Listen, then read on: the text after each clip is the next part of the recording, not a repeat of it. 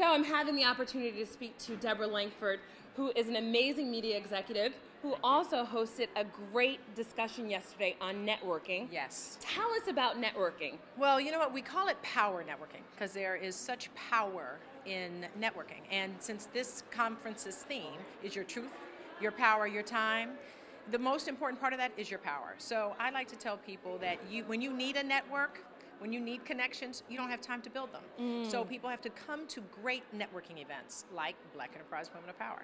You know, one of the things that's really important is developing that relationship. Yes. How do people go about cultivating a relationship? Okay. Well, I think it really starts when you first meet the person. You have to be present. You can't be looking at the BlackBerry, looking over the person's shoulder, or actually asking them first what they do versus who they are. Right? How many times have we been in a conversation when you can tell the person's about to move on, right? They have no idea how great and fabulous you are. So it really starts with the beginning. And then I think after that is follow-up. People always ask me, how do you follow up? I think it's you send a note within the first month, but not next week, because everybody's been outside of their office for 4 or 5 days. And with, the holiday, they're trying to get back and get in rhythm. So maybe at the end of that week, just send a nice email from your personal email on your personal computer. That's what I like to remind people to say and do. And just follow up and say, it was great to meet you. I'd love to stay in touch with you. If one lives in Atlanta and one lives in DC, say, if you're ever in DC, let me know, or I think my travels may take me to Atlanta. And just develop that. I mean, there's over 700 fantastic women here at Black Enterprise Women of Power. I tell them if you've met 10%, that's 70 women. And if you follow up with half of those women, there's 35. And at the end of the day, if you have 10 or 15 more fantastic, supportive, great, interesting women in your network, you are so much richer. And it's so true, because when you think about networking, I think the way that you present it is that we have to think about building a network. So this becomes your crew.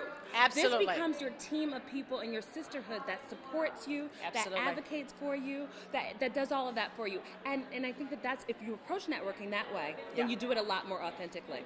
You have to have in your network women who are going to be in the foxhole. When you don't have a comma behind your name, and I said that to women at this particular session. Last year I was with NBC Universal when I was first coming to Black Enterprise Women of Power. I was with Time Warner. Now I'm Deb Langford, and there isn't a comma. And how people treat you when you're not currently in a role, that's a good test. Ooh, I love that. It's a good test. I absolutely love that. So this is the Women of Power Summit. I'd like to ask most of the people that I interview this, how do you define power? And I know for some people it's evolving. 1 year it might be defined as one thing, and the next year something different. How does Deb Langford define power? I love that question. You know what? Power is influence.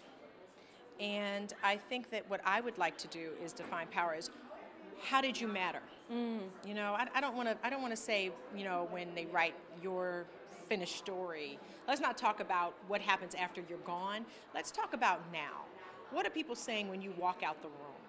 What are people saying when they get that email from you? What are people saying about you? And that is power. Are you helping another Black woman? Have you said, wow, you should connect with this person? Yes, you have. Yes, that's what I do. Exactly. But how about helping the sister whose husband is a filmmaker? How about helping the woman whose sister's selling real estate? How about helping the woman who is caring for her parents and maybe just needs somebody to say, girl, I do that too. So power is nothing if you keep it to yourself. You have to share your power, and I would say, and make sure your power is for good. I love it. On that note, thank you so much, Deb. Oh, you are more than welcome. Always great to see you.